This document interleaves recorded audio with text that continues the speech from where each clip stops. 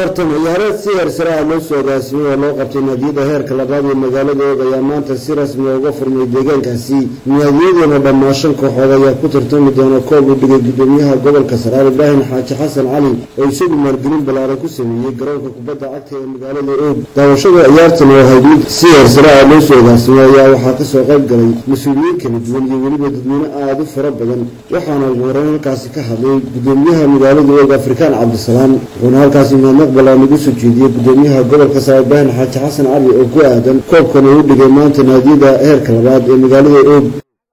iyadoo ciyaartii ugu horeysay ay ka bilaabantay galabta iyadoo la doonayo inuu ku soo xiro koob ay kala qaadayaan ciyaartooyda degmada Oog. 4 tiim oo ciyaartooyda ay ku kala qaadayaan. aad baan ugu mahadnaqaynaa maamulka gobolka Saraar oo hogaaminaya Ibrahim Xasan. waxaa nooga muuqata in ay dadaynayaan horumarka gobolka.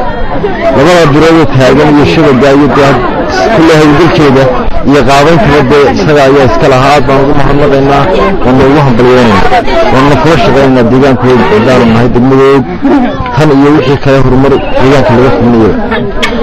sidoo kale waxaa halkaasi ka hadlay qaar ka tirsan mas'uuliyiinta deegaanka iyo weliba ciyaartooyda ka qayb qaadanaya tartankan oo tilmaamay muhiimadda uu tartankan xilligan u leeyahay dhalinta ciyaaraha xiiseeya oo kaga mashquuli doona balwadaha kale waana kuwan iyagoo arrintaasi ka hadlaya.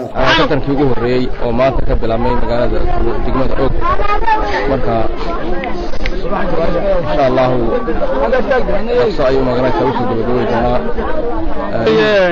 maanta xalkan lagu qabanaya koob bish waxa weeye 12 bishii koobaad 2012 waa markii ugu horeysay maanta ee barasaafka gobolka Saraar uu noo dhigo koob noocan ah ku qabto garoonka Oog.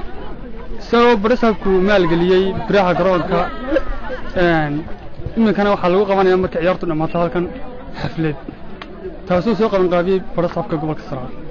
koobku ku qabtay barasaafka gobolka Saraar ayaanu ku qabanay degmada Oog waxaana ka qayb galay 5 kooxood. 5 kooxood labadii kooxood ugu horeeyay maanta ciyaareen, saddexdii kale oo ka dambeeyay. marka barasaafkaana koobka noo dhigay dhaqaalihiisa fankiisa barasaafka ayaa qaba. si kastoo haataba tartan ciyaareedkani ayaa ah kii ugu horeeyay noociisa loo qabtay magaalada Oog taasi oo ay maalgelinayaan maamulka gobolka Saraar.